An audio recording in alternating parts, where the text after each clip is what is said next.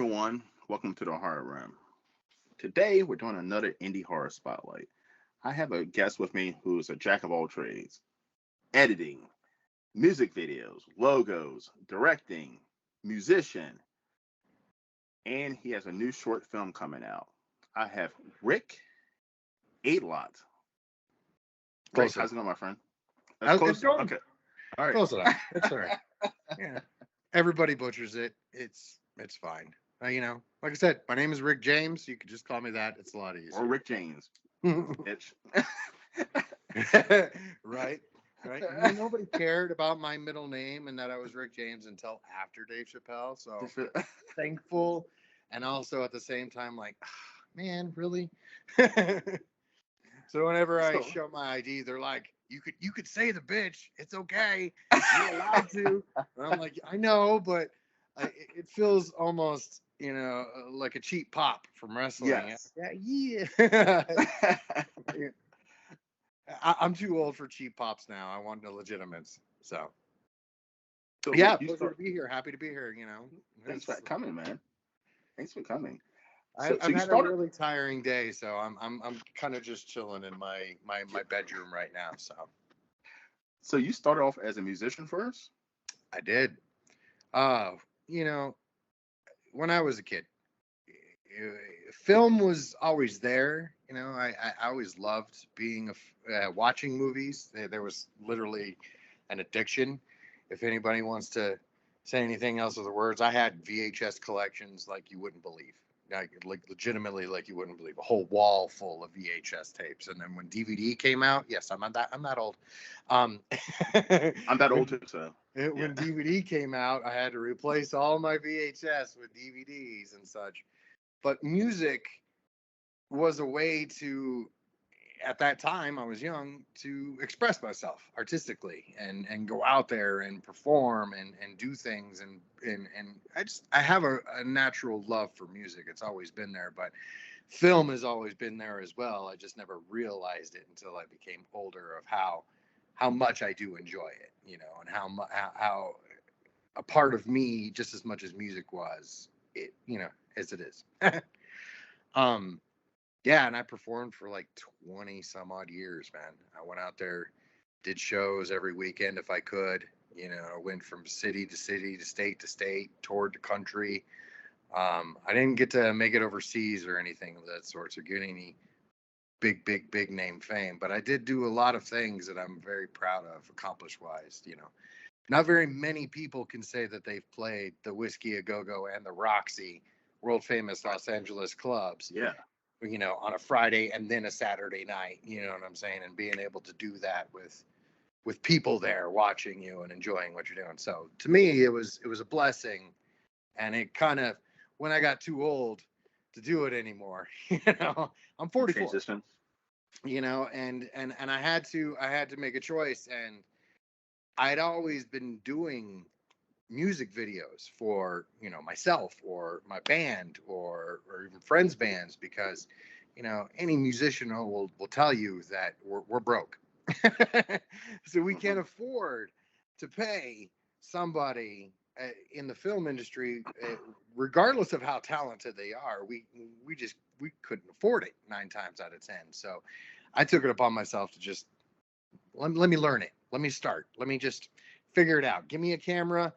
We'll trial by fire. You know what I mean? And Mhm. I spent a good 15 years doing that, just learning as I went, not having anybody teach me. Not having any set people come on, or experienced DP or producer or any of these individuals. I had to do it all myself, and I had to learn.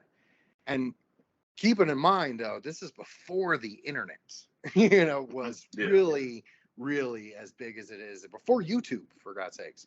Hmm. So you didn't have the resources outside of film school without just guerrilla, going in there and getting your hands on it and figuring it out. You made a mistake. Okay, you learned. You didn't do that the next time, or you went back and redid it to fix what you forgot at that point in Yeah. time. So trial by fire, basically. Then after I quit music, I went to college. I was like, hey man, I gotta get the street cred, so to speak. Do I something, got yeah. I gotta get, because as much as people and anybody that you talk to could say, oh, I've done this, I've done that, I've done this, I've done that. Cool. You could say it all day, you know what I mean? But unless you have something behind you, some sort of credentials or credit, IMBD and so on and so forth, and just a body of work to show, it means nothing. You know Nothing. what I mean?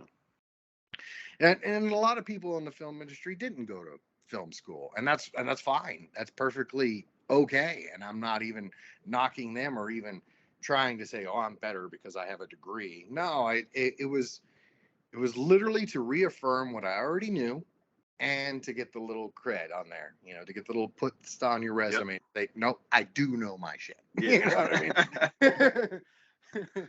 That's it. As for a badge or like I'm better, no, I'm not. I'm not any better than anybody else out there. Even the kid who's 18 years old who just picked up a camera. There's been thousands of times that somebody has done that, not known a single thing, and still been able to make a beautiful piece of artwork. M. Night Shyamalan is an Yeah. example. So you finished film school. I did. I did. Now you're going to make your first project. Mm-mm. Tell me about that experience. Um, well, it's not technically my first project. Okay, your first project out of school. You feel like you know everything. You feel like you're ready to roll. You feel like I I am got the you. man. I got you. Well, I mean, since I started film school, even before I started film school, I had an idea, and I had an idea for not only of a movie, but a series of movies centered around into a central universe. I kind of don't want to give it away because somebody might steal it. You know what I mean? Well, whatever. But it, and that's where the basement. It's the film that my short film that's on my YouTube channel goes into that world and exists in that zombie universe. And I have a whole nother series of stories that I've already written. Some are just concepts, others are full on written, ready to go, to continue on into different stories into that universe. You know what I mean? The basement is centralized around these two characters. Well, my next film is going to be centralized around 4 different characters.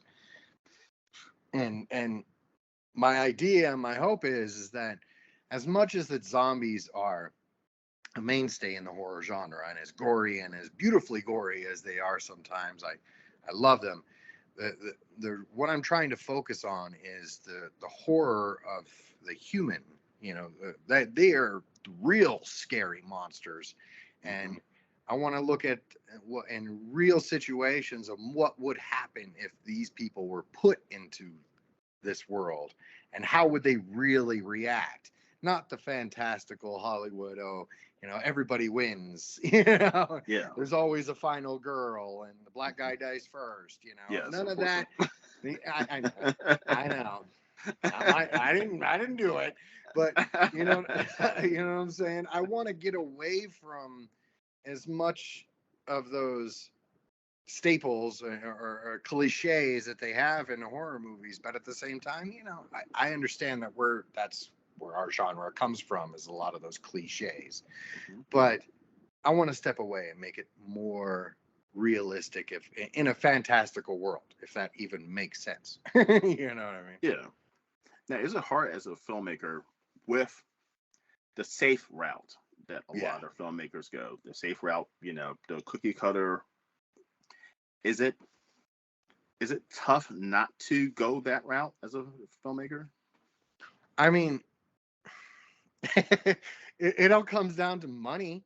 I Yeah. mean, in truth, and most filmmakers, in my experience of talking to them, being around them, and so on and so forth, there's always a level of selling your soul that you do. Okay, there's a little bit of where you water down things and mold things to what Big Brother wants them to be, so to speak. You know what I mean? The big companies, or even a high finance executive producer. So it is tough to try to be an artist and go, this is how I want it, but also at the same time wanting it to sell and reach a wide audience. And sometimes that cookie cutter stuff works. For God's sakes, they're making 10 Saws. You know what I mean? Exactly. They made 5 Final Destinations. They made, they're on 11 Friday the 13th. I mean, that obviously it works. You know what I mean?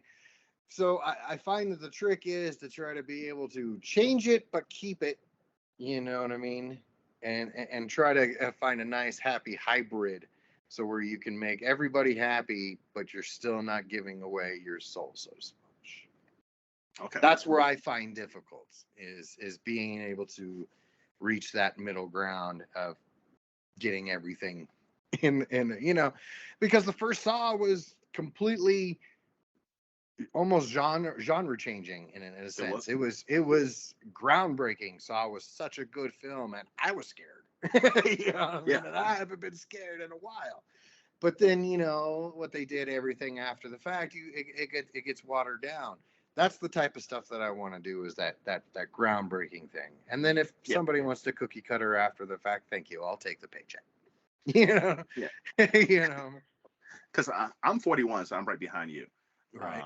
So I was born in the 80s, and I remember, you know, the 80s was all slasher. It was all just knockoffs of Friday the 13th and Halloween. And then all of a sudden, Wes Craven came out with something revolutionary, and that was Scream. Yeah. It was something brand new, fresh, and psychological horror, real. Yep. And then we went on a whole fucking decade of fucking Scream ripoffs. I know you did like Summer, Urban Legend. I mean, listen, the list goes on and on and on. Yeah.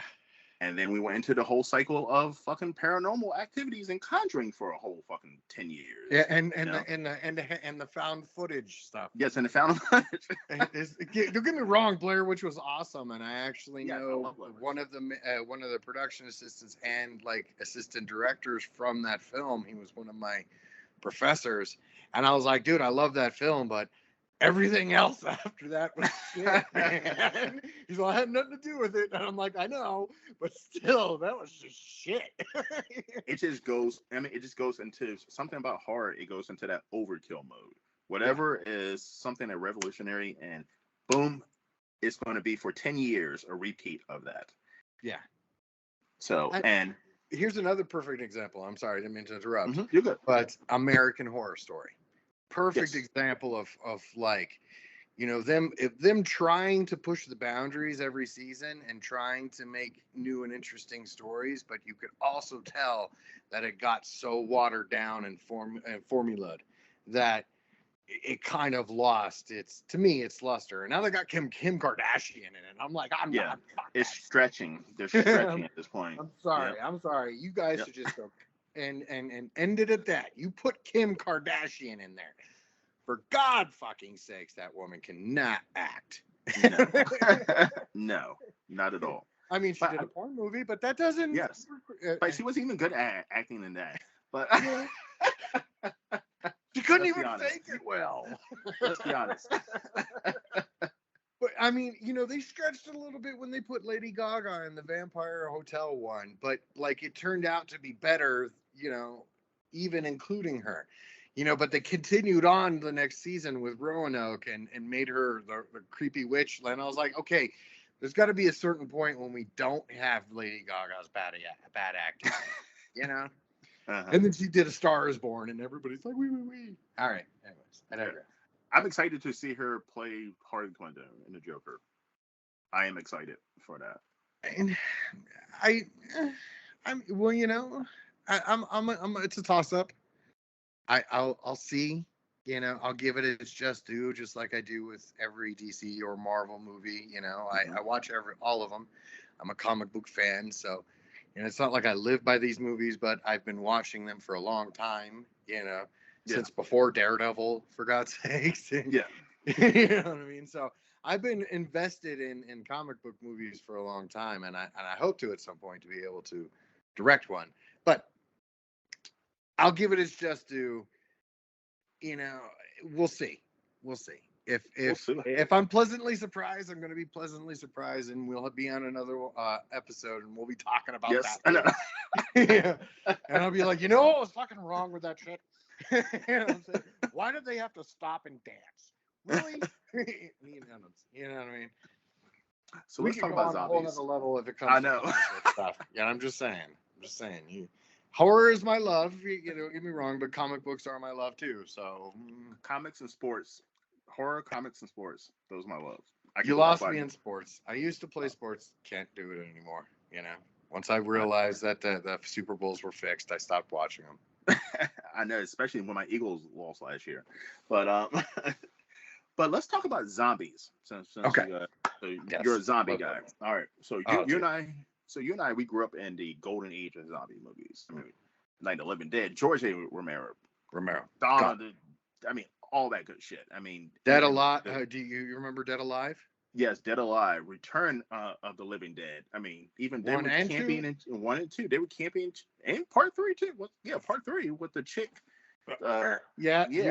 We all had the strangest boners at that time. Yes, indeed. Yes, indeed.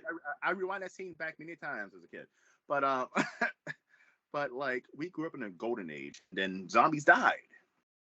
Zombies died for a while, and then The Walking Dead came out. Can you see the disdain on my face that's showing up? And then they beat fucking zombies over the head again. They even made a romantic movie about a fucking zombie falling in love with a woman. What was that? Warm Bodies? Warm Bodies. Yeah. Yes. So they beat the audience over the head with zombies. And then all of a sudden, boom, the Koreans came out with zombie movies. Their own spin. Train to Busan was alive. Now zombies are cool again. It's hit or miss, man. I mean, you're absolutely right. In the golden age, Romero, but even before Romero, let's go Bela Lugosi with White Zombie. Yeah. You know what I mean? One of the originators. Let's go that far back, and then let's go with Romero and his choice to film it in black and white and pay homage to that. And, let's go Chud. Let's go. All these great movies that came out in the 80s in the golden age of, to me, what was B horror. Yes. There was plenty, and then you're right. It quote unquote died, but it didn't. There were still things trying to keep it and breathe undead life into it. You had the Resident Evils. Mila Jovovich ones. You had, Well, that video game series definitely brought zombies back. With the Resident Evil video game series, it brought more love into it. You know what I'm saying? Then you had Marvel zombies coming out in that same, even before Walking Dead. You have the Marvel zombie comic series, and people were kind of like, I like that horror, gory stuff. And then even 28 days later. One of the best zombie movies ever made. Yeah, I mean, even though I'm still gonna argue zombies don't run, but they weren't exactly zombies, and I understand. But you still have Wes Craven with The Crazies, Yes. Is zombie-ish. There were still things being put out, but it was trickling along. It was trickling along, and then yes, Walking Dead came out, but the problem with Walking Dead is that they made it into a goddamn soap opera. You know what I mean? It stayed on way too long. It was just so. It felt like watching Supernatural and watching Days of Our Lives with zombies. Yes. Like I was like, I want to be invested in these characters, but I swear to God, if one of them gets possessed by the goddamn devil, I'm gonna be pissed. If somebody has an illegitimate zombie child somewhere, I'm gonna be mad. And that's why I couldn't get into it. And I as much as I love zombies and much as I love the genre, I just couldn't grasp onto it just because of my so much old school love for where it came from. To me, I understand people like it. It's cool. I'm glad that people enjoy zombies and it's still an existing, thriving genre. Okay? But to me, it's pile of crap. and I couldn't get into it. And I was literally anti Walking Dead for so long. I'm like, they have talk shows about The Walking Dead after you watch The Talking Walking Dead, Dead. yes. It was like a Something cult. wrong here. I mean, everybody watched. I remember like the first couple of seasons, you had to stay off of social media because everybody was talking about the fucking Walking Dead. It was like an event every week. It was an event. Walking Dead, Walking Dead. But then Walking Dead became big. It had its own fucking Walking Dead cruise ship and Walker Stalker convention. I mean, it became this monstrous thing. Everybody for Halloween was a fucking zombie for years. Oh yeah, for sure. There was zombie runs, 4K runs and shit. Like it, the zombie phase for like 4 years. It was crazy in this country. Indeed. I mean, and here I am with the old school guy going, motherfuckers, you don't even know where that shit came from. What you know about Romero? What you know about Dead Alive, Mr. Peter Jackson's first film? Exactly. Yeah, you love that Lord of the Rings King Kong, don't you? Go ahead and go watch Dead Alive and tell me how awesome. It became like everybody had an obsession with zombies for like 4 fucking years, and it was thanks to The Walking Dead. Yeah, it really was. And then The Walking Dead. I'm not gonna deny it. Yeah, and then Walking Dead became long and in the tooth, like every show eventually does, and people just fell off, and then zombies were dead for about 5 years. Undead, literally. They were dead and buried. No, and I'm not seeing much. I mean, there's been TV shows here and there. I think The Strain was one. Yes. I believe that. I caught a couple of that, and they did the Resident Evil TV show, and like I kind of caught a couple of it, but it didn't invest me. It didn't grab me. It didn't shock my already, I guess, dulled system of watching zombies for so long. It didn't come up with something new. It really just felt like, again, cookie cutter. Let's formulate. This works. Let's try that. Oh, they didn't quite catch. Oh well. You know what I mean? And that's what they're trying to do. They're trying to cling on to something. And I'm not going to say I'm going to be the forefront and the messiah of it, but I think what it really comes down to is that everybody knows zombies, so we need to do something different. I don't think that zombies should be a main character anymore, if that makes sense. And that's what I'm doing with my stuff, is that they are, in essence, background. They are the looming terror that's always there. You know what I mean? But they are not the story. And then I think that if that shift happens, then maybe some things can be revitalized a little bit more. I think, if it doesn't work, it doesn't work. I tried. No, I mean, listen, I totally agree. I appreciate what you're doing. You're bringing a new spin to the zombie movie, and it's good. I mean, zombies are a amazing villain if you think about it, because they're us. Mm-hmm. They're us. And they're not. They don't have any morals. They feel no pain. They can't be reasoned with. Yeah. Sorry. And sorry. Yeah. It's out of the Dead quote right there. See. But I mean, the scary part about it, the zombies are us. The zombies are our family, our loved ones.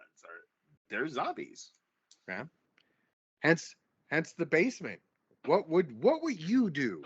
I mean, if your love, the person you loved so much, you could not live in this world without, and you were faced with a situation that they are a zombie now or becoming one, would you two to the dome, double tap? You know what I mean? Or I would have to. Would you? But would you? I would. But would you? You're still human, remember? You can be reasoned with. You feel pain. I would rather for me to kill her than someone else. And that's why at the end of my movie, he just ended up killing Self, you know. I ain't listen. I'm not doing that. All right, so Yeah, I'm just saying because you can't. You know, to my mind, that is a possibility of someone, you know, loving someone so much that yeah, they couldn't, you they know, can't live without them. they can't pull the trigger, but at the same time, they can't live without them. That's true fucking love. And and it's funny because like I put the basement in multiple film festivals and horror film festivals, and everybody was like, oh, it's gory, it's lit, it's great, I love the story, and you know, I love that you know, the story is a horror story. And I was like, you're missing the point. And they're like, what do you mean? It's a love story. The whole story is about love and how it could be such a great thing, but at the same time, it can be such a, in the end, a dastard, dangerous, grotesque thing. You know, Hmm. sometimes it lives in the darkest of corners, and sometimes people do some of the craziest and most dastardly things because of LOVE. And I'm glad that you made the character a male because I'm gonna tell you true life experience. I mean, so I've worked in the funeral industry for years, decades, right? Mhm. And when a wife passes away, the husband is usually right behind her. Husbands are fucking destroyed when their wife dies. They are usually right. If Miss Smith dies, I know in 6 months to a year, Mr. Smith is right behind her. Yep. Either he's gonna break down, kill himself, something. You know, Yeah. women live perfectly fine after their husband died. They're like, They live sweet, I'm done with that asshole. they'll live another No 40 more pee on the years. toilet. They'll live another 40 years skipping and smiling. Right. But it's weird that it's that way that like men when a man really loves a woman like he can't live without her. Women, I'm not saying they can't. Listen, this is No, asshole. no, dude, you just quoted Michael Bolton for like Did I? Oh. and I'm sorry, that's a little bit of the white coming out because I have white parents, but you're like, I just feel when like a women man are loves a woman, he can't think of nothing else. I'm I like, just feel like women go back to. I mean, they go back on the market or they go out with their girlfriends and drink tea or that sounds like the sexiest shit I ever said. They go out and do probably. whatever, but I'm drink tea. Who the fuck drinks tea? Okay, but but they go and they still live their lives. Well, yeah. I mean, I agree, but the statistics say so. You know what I mean? I can't fault that. I'm not going to say that if my wife dies that I'm not going to die in the next 6 months, but I'm at the age right now, but I'm like, sorry, honey. You know, maybe in 15 years. You know, it might be 6 months. It might, you know, Yeah. but I'm still young, but I think it has to do with a lot more with age range. I think I think that's a factor in that and is included in that equation. You know, over the age of like say 55, and you've been married to somebody for a decent amount of your adult life, even if it has only been 20 years. When you're at that age, from my not from experience, I'm not at that age, but from an individual that I talk to, a lot of things that you used to care about as a man, you know, 50s and below, you don't give a crap about anymore. You know what I mean? You're the I'm stuck in my ways as crotchety. You know, your wife is there because nobody else could stand you. Pretty much. You know, at least you know, and that's what I get from older women and that I've talked to and couples and stuff, and I have talked to a number of them, and it's kind of the same thing. You know, we're made for each other at this point because we're the only people that could stand us. Each other. Yeah. Yeah. Women, on the other hand, they could go out and you know make friends and do things, but men after a certain age we don't have the energy to want to go out and make additional friends. Like unless we're playing golf, you know, saying, "What's up, guy?" You know, or we're already a functioning alcoholic or something. You know what I mean? But I'm to gonna us, social interaction really kind of stops because we really just don't like people at that point. and I say this all the time, and a lot of women don't understand this. Like As a man, once I'm speaking for myself, but I see other men. Once we hit about 35, we don't care about our friends more. I'm not saying we don't care about them, but our friends are not a priority anymore. We guys have like women still have girl time. Oh, let's go out for drinks and let's go girls trips and all that. Men, once we hit about 35, we're like fuck our friends, and we're definitely not trying to meet new friends. It's like, I would only disagree slightly, not saying that it's fuck our friends. It's not fuck just our that, friends, but it's like you they're know, there. like, They're hey, fine. do you want to go out to the bar? Nah. You know, hey, do you want to go to the strip club? Nah. You want to get together and play poker? Okay. You know what I mean? 2 to 3 hours, and then you're like, motherfucker, I'm tired. All right. You know what I'm saying? What time is it? It's 10:30, bro. I'm already getting droopy eyed. All right. We're good. You know. And yeah, I completely agree in that aspect. It's not like we dislike our friends, We and don't dislike our friends, but they're not a priority anymore. no, especially if you have children or a wife. You know, more so if you have children than so much of the wife. You know, when if couples in their 40s don't have children, you see them going off separately and spending a lot more time social interaction. But when you have kids, you're like, adults are stupid. I'd rather watch Blue's Clues or Coco Melon for 3 hours. That's awesome. You know, because then I don't have to do a whole bunch. You know, man, I don't have to I just waste money on alcohol. I don't have to, throw money at women with daddy issues. You know what I'm saying? I potentially don't have to lose money playing poker.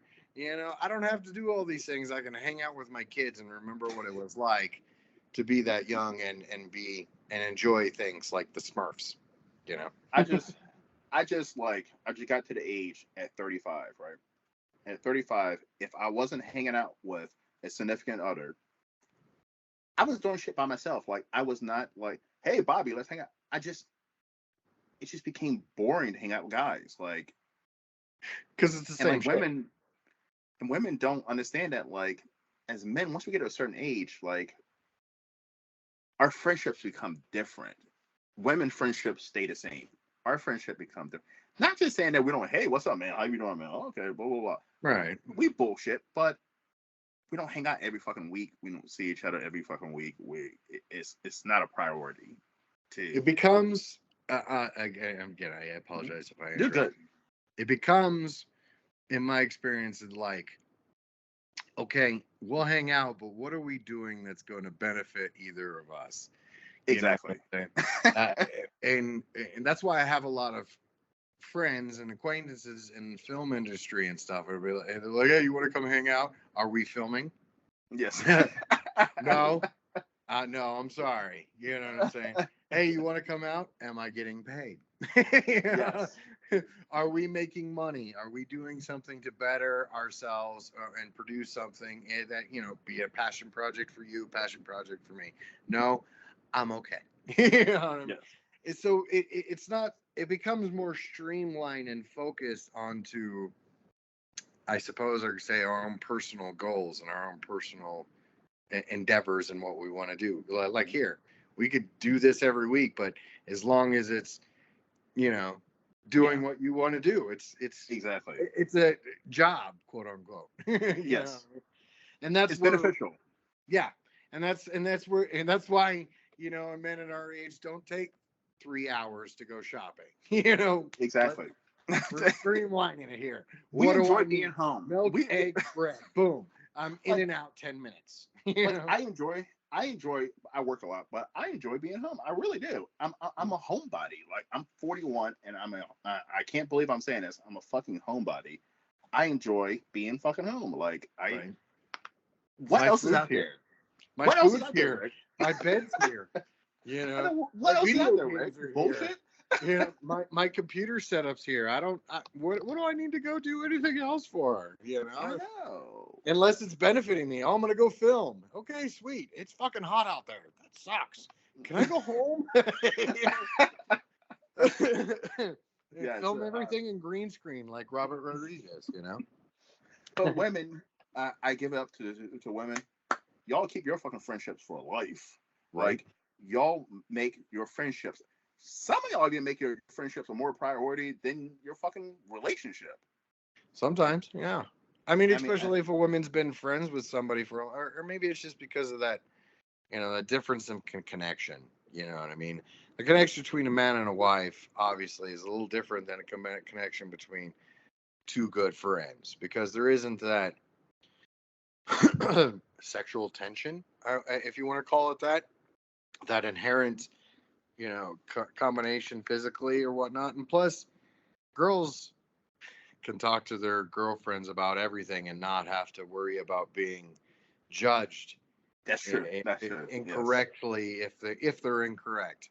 Yes. And don't get me wrong, I'm not knocking women for this, because men, when they had these at a younger age, had these friendships too. I could go talk about my girlfriend or my wife at the time. They're like, yeah, that fucking bitch. You know what I'm saying? Or whatever. Women can do that and have the same thing, but they will always be reaffirmed that they are right. And that is the caveat from that. The double-edged sword is that sometimes you women, you have to understand you're not right. Okay. And your friends aligned to you. Yes. And your friends are bullshitting you, and they're just talking you up because that's what friends do. And I get it. Having a friend to talk you up and make you feel better about yourself is cool. But you always have to remember, are they really doing that for my best interest? And am I really right? But guy friends are. Sometimes you're not. But guy friends are mean as shit. They'll be like, dude, get the fuck out of here. You didn't fuck that. You know what I mean? Like, they are going to sniff your bullshit. And they're not. And they're going to sniff your bullshit. I feel like women friends are not going to call their girlfriends out for bullshit. Not all the time, no. Not all the time. But men will call each other out for even an acquaintance. You know what I'm saying? Yes. Yeah, I just hung out with you twice, but you're acting like a fucking idiot, dude. Yeah. What the hell are you doing? You should have wore a rubber. You know what I'm saying? Yeah. Talking to that guy friend. Yeah, man, I'm a fucking 10. I'm fucking 6. Dude, what the fuck are you looking at? You got a big forehead, you're bald headed. Like, men, that's how men are. A woman would tell her ugly friend that she's beautiful. Yeah. Doesn't matter. Yeah. Lie to shit. A man will be like, you're uglier in sin, bro. But that's the problem too, is because I don't know very many men who go, yeah, you're pretty. To your guy friend, you know what I'm saying? Unless, of course, they're of that, sexual orientation. And then, they'll be like, yes, you're handsome. You're a good looking man. And if you're too uncomfortable with any man telling you that you're a good looking man, but, at that when it's not expected, you know what I'm saying? That's where guys are like, oh, wait, what? Yeah. You think I'm pretty? Yeah, thanks. All right, Rick. And so I ask people this all the time, not on my channel, but just personal life. If the zombie apocalypse happened right now, it's happening. Boom. Or let's say somebody gives you a tip that the shit's gonna pop off tomorrow morning.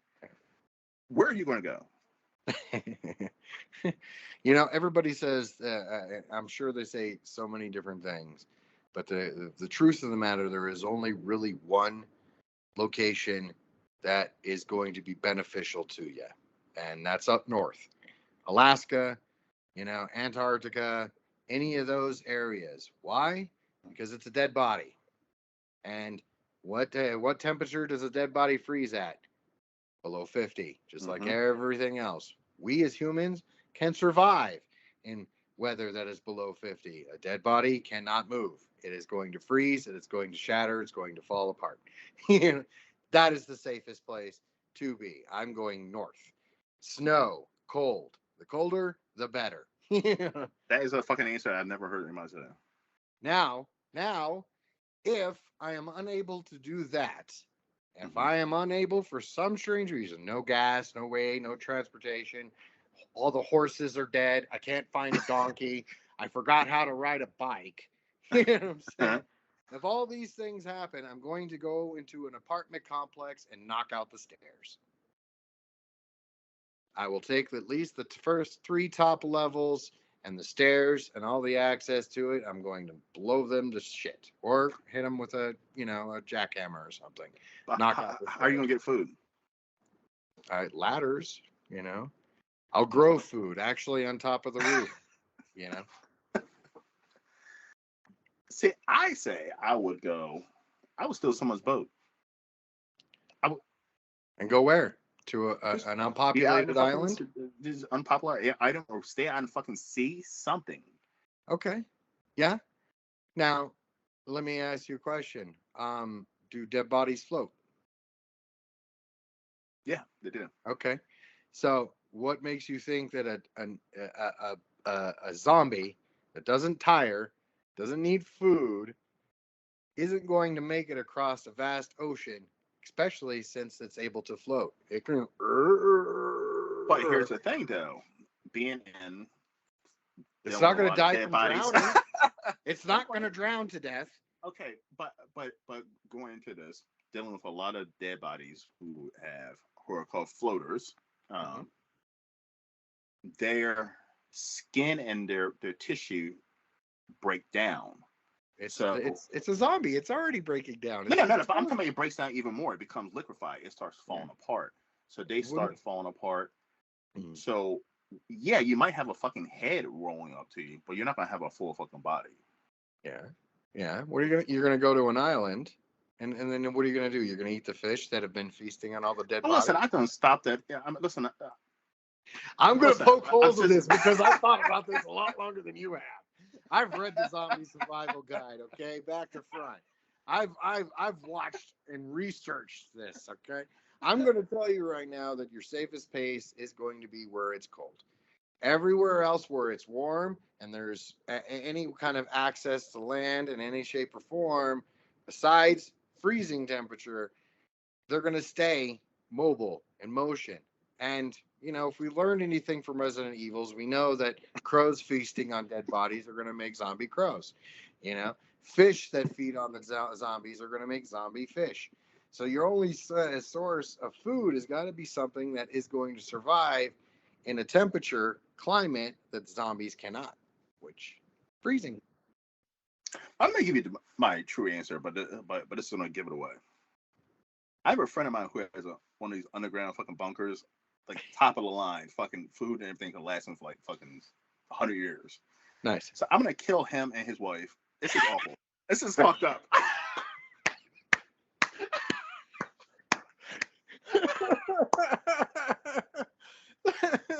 Alright, so I'm killing him and his wife. He doesn't watch my channel, thank God. So I'm gonna kill him and his wife, and I'm I gonna do move. not condone this. I do not Okay, condone this. I am not privy to this. If he murders him, what the fuck am I supposed to do about it? Please don't fucking arrest me. All right, digress. Go ahead. In a fantasy I'm world, not gonna get of arrested for zombies- murder at this fucking point. I mean, listen, it's martial law at this point. I mean, Okay, listen, go ahead. I want that I'm fucking listening. bunker. I'm sorry. Go ahead.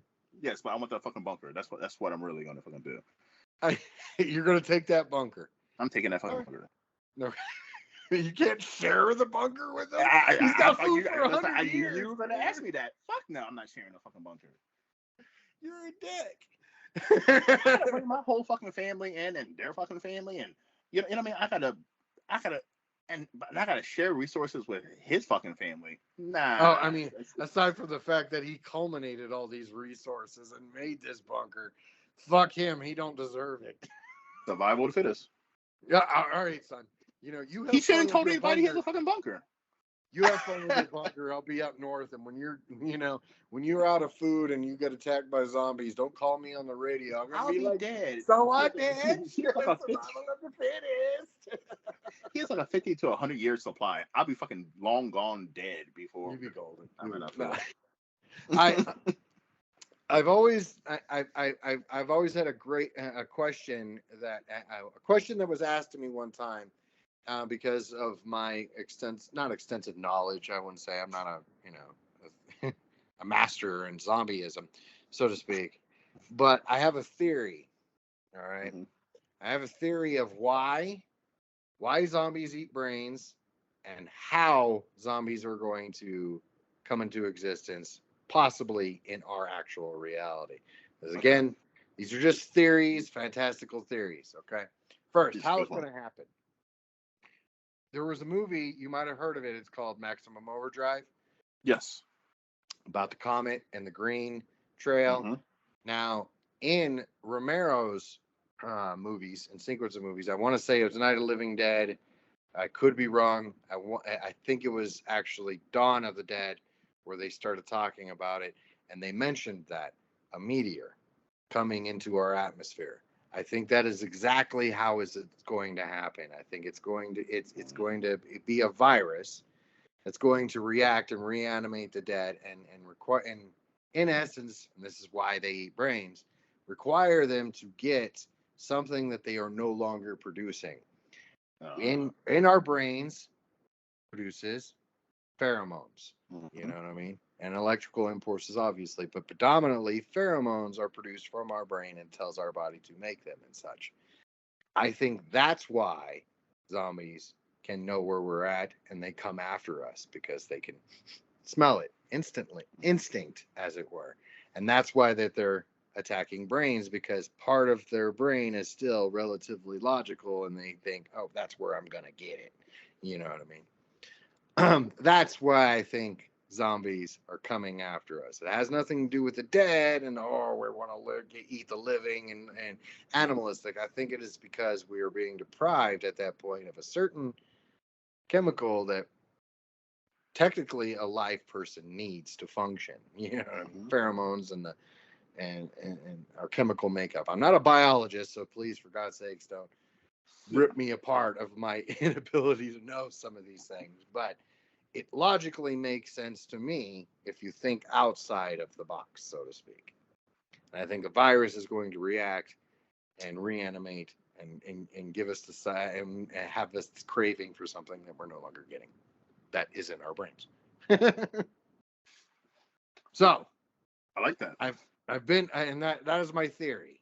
My theory. If it happens, you know, don't be like he already knew. No, it was just I watched a lot of zombie movies, man. It makes sense scientifically, I guess. I'm not a biologist. Get a biologist on here and let's have a debate and figure out if that is a legitimate thing and if I'm on the right track of thinking. Yes. I feel like if you do know though, you're gonna beat me to that fucking bunker, aren't you? No. Okay, it's mine. Like I said, fuck that bunker. I'm going north. I'm going north where there, where there isn't a whole lot of warmth on a regular basis. Summertime is like let's gear up and fucking defend the fort type situation. Yeah. You know what I'm saying? But I would, like I said, I would build an apartment complex if there wasn't one out there up north somewhere, and knock out those stairs. So then I would be able to technically hibernate for the summer, spring months, and then when winter and the temperature dropped, then I would be able to venture out and do things. But the beautiful thing about it is in the wintertime, I couldn't be growing anything anyway. So I'd grow, be in my own self-sustaining habitat, quote unquote, and then venture out for additional supplies in the wintertime. I would have a snowcat, you know what I mean? I would have a snowplow, a four-wheel drive truck. I would get one of those Army issue artillery trucks that can run on freaking grain alcohol. I have a friend down in Phoenix who owns one of those. Oh, and really? he can pour vodka in it and it goes. It doesn't go very fast, but it goes.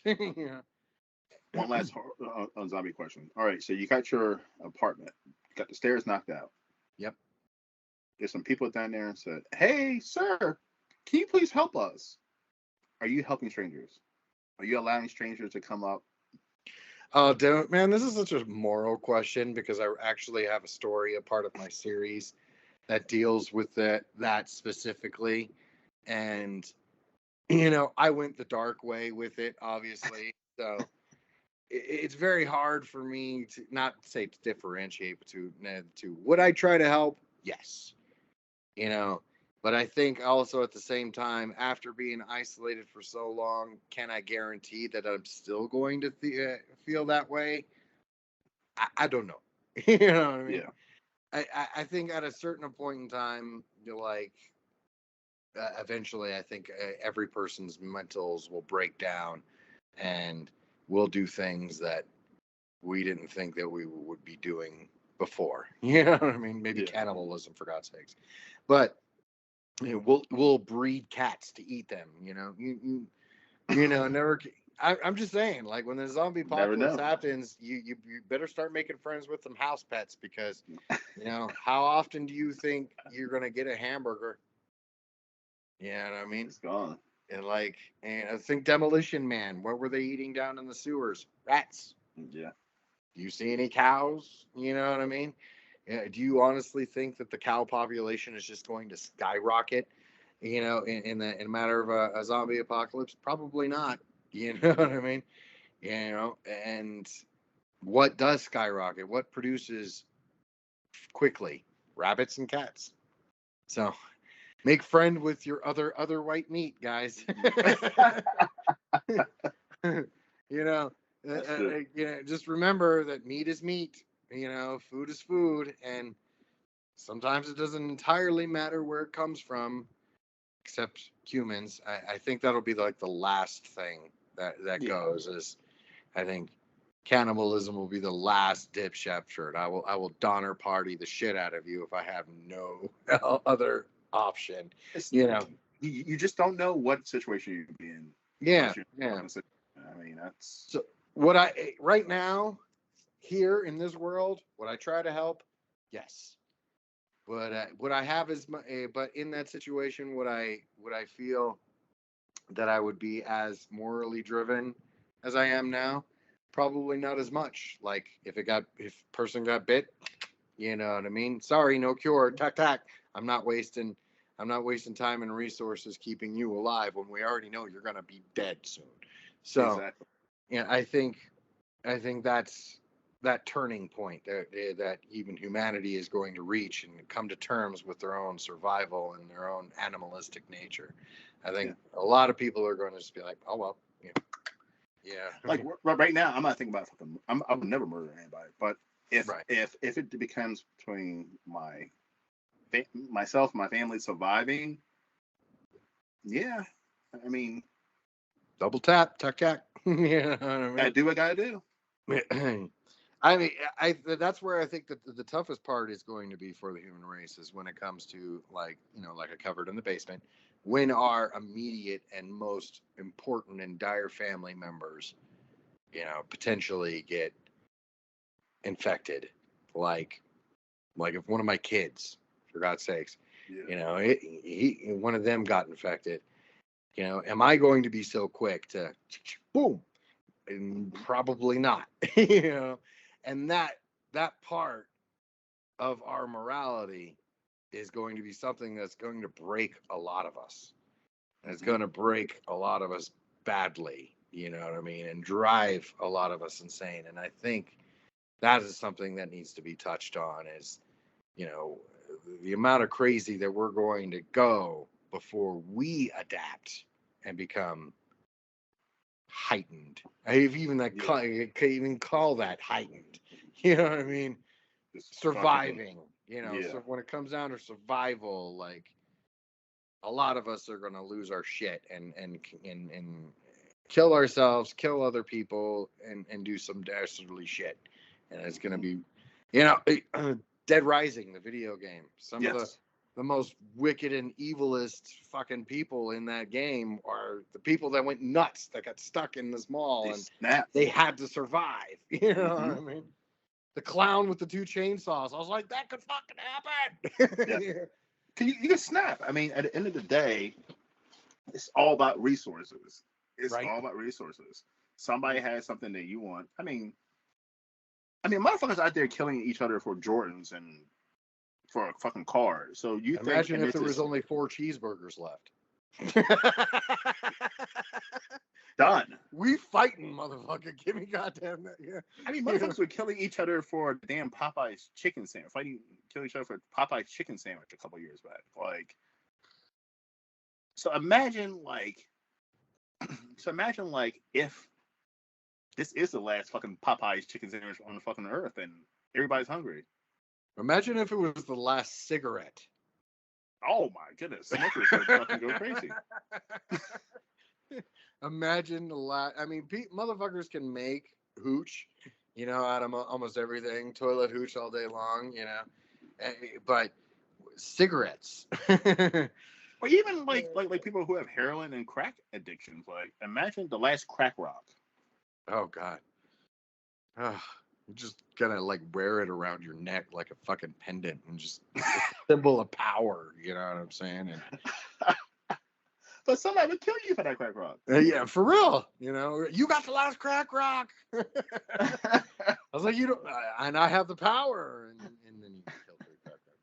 Yeah, you know, another example, fucking water, Water. water, just getting water.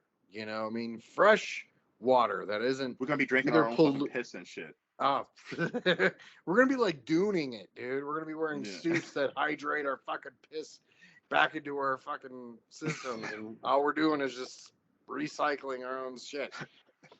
Yeah, man. Yeah. All that shit is what everybody's like. Oh, zombies. Yeah, but think That's about just the not gonna be rest of it. fun. Yeah, think about the rest of it, man. People say that the zombie apocalypse is gonna be something fun or exciting. It's gonna be horrific. It's gonna be You're fucking not. horrible. Not even a zombie apocalypse. If the apocalypse happened in general, it's Oh gonna yeah, be in horrific. general. I mean, think about watching the last Mad Max fucking movie. The one motherfucker who had control of water had control of the whole fucking world. Right, for the most, or that world, that is word. Yeah. In that world, yes, in that world. And The gas and water. You know what I water. mean? Fuel for the body, fuel for the fucking machines. Mm-hmm. Yeah, it's gonna go nuts, and then the whole world is gonna go insane. You know, regardless of how it happens. You know, I would say I want to hope that zombies happen because it's a little bit slower death than, you know, let's say nuclear war or something, or fallout, Yeah. or virus or some shit like that. You know, that kills the actual human body and makes you suffer. At least with zombies, you have a fighting chance. You know what I mean? Yeah. That's the small little fucking nugget of, you're like, oh, if the end of the world happens, I hope it's zombies. Why? Because I could at least fight. You know what I mean? Mm-hmm. I could go down fighting. I'm gonna die. All right, I'm taking 20 motherfuckers with me. You There's a know? way out. There's a way out. With the other way, you just got to slowly suffer. Yes, that's Well, fucking. yeah. So, Rick, how can everybody find you, my friend? You gonna drink too? Drink of water. Right now, you could find me on YouTube. I like YouTube for the most part. You can hit me up there. I do get the comments. It's Front Lawn Productions. That's what I do. YouTube / Front Lawn Productions, all one word. Blah blah blah. I'm sure you'll post a link and Put it everything right in the description. Yep. right down there.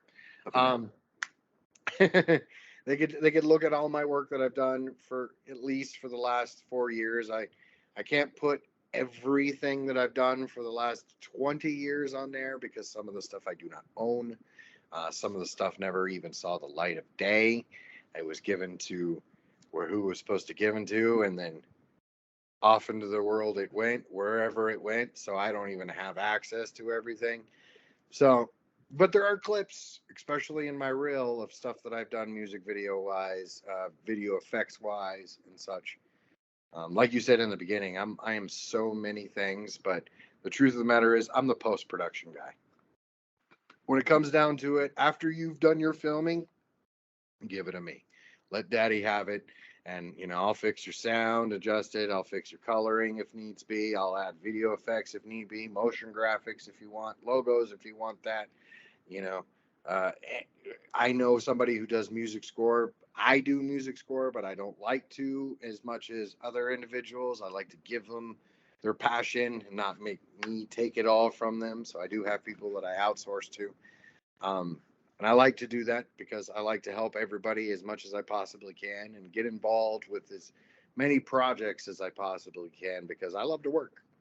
I love doing it, and anything that I can get my grubby hands on. I just finished a feature film for a gentleman out in Los Angeles, Birth of a Murderer, and I did all the coloring for that, and it's supposed to be released here within the next month. I'm working on another project called Hot Lunch, and I've done all the editing and the coloring for, and I'm doing some motion graphics and title sequences for them. I'm also working on another project for another gentleman that's supposed to be out in Christmas. It's a Christmas crime drama thriller situation. So I'm Mm. really excited to sink my teeth into that. One, because it's not so much my typical genre, I guess you could say, Mhm. but because again, I like to work. I like to get my hands on things. I'm even doing voiceover acting work for a gentleman who does animation, and he's Really? putting out some stuff there. And then I was like, I'm more than happy to lend my voice. I Yeah. have a range of characters, and I can fluctuate. I'm a performer, for so long. Hmm. Anything that I can get and anything that I can do to help somebody, and work within their budgets, or do IOUs or trade favors or anything of the sorts. I love to do it because I love to work. I love to help. I like I like to get my credits. I like it. It increases my entire body of work at the same time. Everybody else gets to put their stuff forward as well. So And we kind of talked about this during the pre interview, but like networking, especially in the indie mhm, industry, is so important. indeed, And to, benefit off of each other. You yeah, know, it's that's what I'm here to amazing. do. Yeah. Yeah, promote And what some individuals in the indie, or even in the professional and the big leagues, I guess you could call it, what they forget is that, like, we're all trying to be artists in one way, shape, or form. We all Mhm. love the art, and we all need to be compensated. We all have bills to pay. We all have this. What really pays dividends in the end, from the next 10 years and 20 years from now, and I learned this when I was a musician, is when you help somebody, that person helps you. Mhm. You do a piece of good work for them, and you were reasonable, and you didn't break their bank, and you just didn't go, pay me, I'm this, gimme, gimme, gimme, I don't give a fuck about what you're doing. And you do it that way, they don't use you again. They don't call Yep. you again. They don't tell your friends about you. You know what I'm saying? They don't Yep. spread your name. They don't network, because all you are to them, and all you've shown them at that point, is that you're all about the money. You don't give a rat's ass about the project, and you have no real passion as an artist. Now, that's a subliminal thing. Nobody's ever gonna really, oh no, that guy was a dick. They're just gonna be like, Yeah. I wasn't feeling him. I paid Mhm. him, but I wasn't feeling him. Now, this other guy over here, he didn't break my bank. He worked with me. He gave me a product that I enjoyed. He listened to my feedback. He knew that I was the artist and this was my project. And that's ends up paying dividends, almost like a pyramid scheme, or trickle Mhm. down. It all spreads. And then sooner than later, you're like where I am right now, where you're busy. You're Mhm. continuously busy. You're continuously working, and because people are saying your name, this guy worked with me. He didn't work against me. What I mean? He Yeah. understood as an indie filmmaker that my budget was this. You know what I mean? Yeah. I was still able to give him something. And I made a deal with him on the back end. If the money the movie makes money, he gets paid on the end. But even then, to me, my name's on the credits. I got some sort of compensation. I got to sink my teeth into another project that somebody else came up with. I get to see it up in lights at some point in time, or I Mhm. get to watch it, and I get to see people go, "Man, that was good. That is rewarding to me." It Yes, the is. money is great. Don't get me wrong. I love to get paid. I have bills. I have four Yes. children. I need to take care of them just as much as I need to take care of myself. But networking that way is more beneficial than just going out there and trying to be selfish, if that makes sense. It is. You know, you have to be open, Yep. or you're not going to either ever grow, because there is no filmmaker in this world. I don't even care if you're Martin Scorsese or Quentin Tarantino. If they didn't have people helping them, they never would have made it. Never. If they didn't That's have, with mm, Reservoir Dogs, if Quentin Tarantino didn't have a skeleton crew of people that he paid very fucking little, that movie never would have been made. You know what I mean? And because that movie was made by people who understood what it's like to be bare freaking bones. Another example, El Mariachi, Robert Rodriguez's first one, a part of the Mariachi sequel trilogy, before the Desperado Yeah. and Antonio Banderas. The one before that, he made that with $11,000. Wow. $11,000, and that movie catapulted him into being able to make Spy Kids, Sin City. You know what I mean? Some of the greats, yeah. Some really good pieces of film. What is it? From Dusk Till Dawn, for God's From sakes. Dust, I love that movie. Love that movie.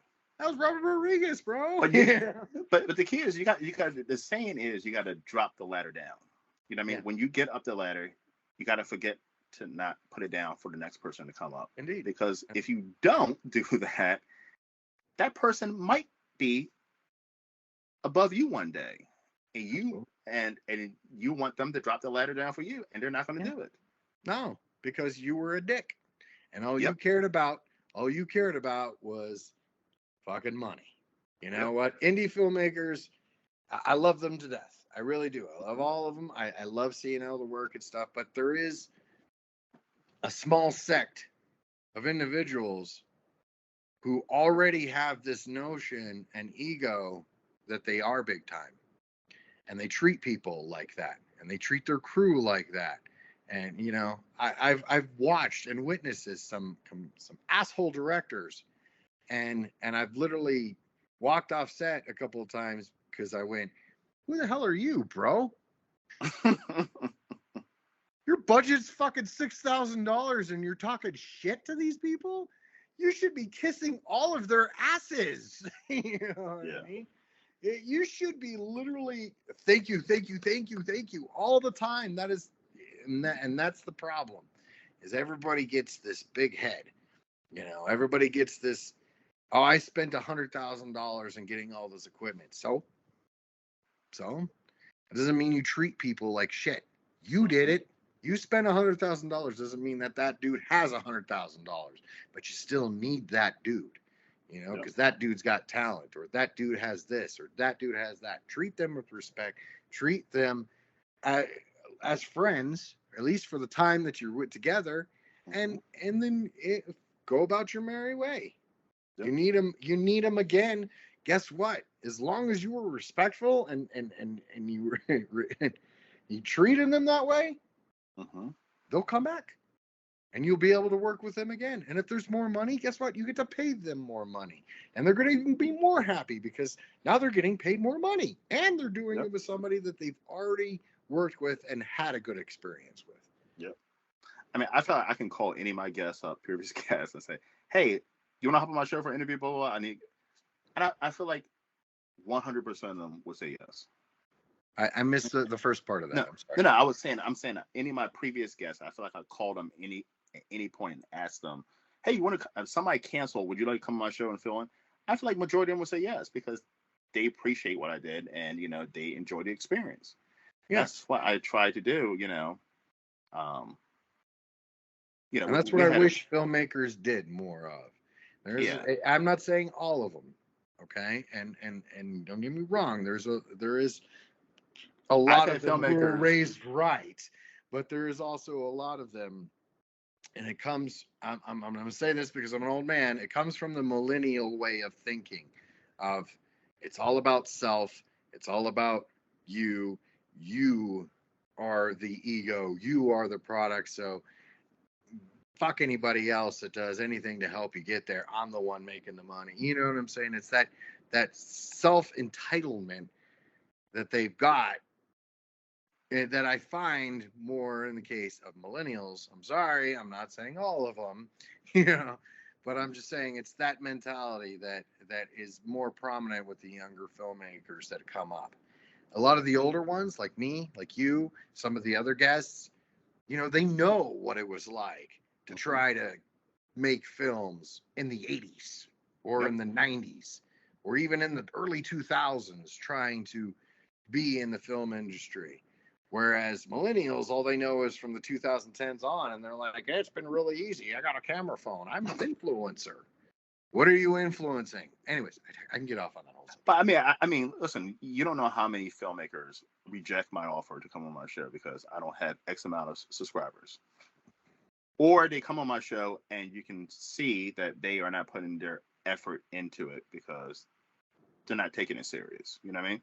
Yeah. And my whole thing is, I'm doing this for free for you. Like this is something. Yes, I'm getting views and so forth, but it's a two-way streak. Yeah. If I'm I getting have you views. on, and you're getting views, so yes, I'm going to promote it, but it's your job to promote it as well. Like we're partners. Yeah. It's a joint venture. And if we're not doing, I mean, I'm not going to say I'm the best at promoting my stuff online because I'm not terrible at it. You know, I don't like, you know, I'm in that old man's mentality of like, I don't need to interact Mm-hmm. on that level with so many people. Oh, it's a pain in the ass, but you have to It's do it you in know what I'm saying? 2023. So and then I get so busy with everything else that I'm doing that like I forget that part. Oh yeah, I need to post that up today. Mm-hmm. Fuck. Yep. I'm asked. I've missed my own deadlines and my own release dates for fucking shit. You know, I'm gonna release the video on this day, and I get the video done. I'm like, I'm good, okay. And then I'll go off and do the things that I've been neglecting to do do things, and then I'll forget. Oh shit, yeah, I was supposed to post it. You know. So please don't knock me if I don't promote it as much as I'm I just saying, should. I've never ever turned anybody down for an interview. Never. And I've had people some outrageous, weird things, but like if it fits into the horror industry, sure, why not? There's someone out there who's into it. I might not be into it, but I cannot be biased and be like, well, I can only interview people who are into, I mean, are doing shit that I'm into. No, the horror industry is such a big, so vast, so yes. vast. It's like an onion and layers upon layers upon layers. We could have a debate on the psychological ramifications of horror movies in comparison to today's youth all day long because there's so many of it. But digress. Yes. What is that? The kids are into now. My kids are into it. Five Nights at Freddy's. Oh yeah, you Five Nights at Freddy's. Yes. I don't even know what that is. Me neither. But I was like, and I caught someone. I was like, oh, that's scary, ish. Okay. Well, I'm glad my kids like horror. You know. Yeah. I'm not going to worry about them coming into my room at midnight going, you know, I'm scared of the dark or something. They're they're golden, you know.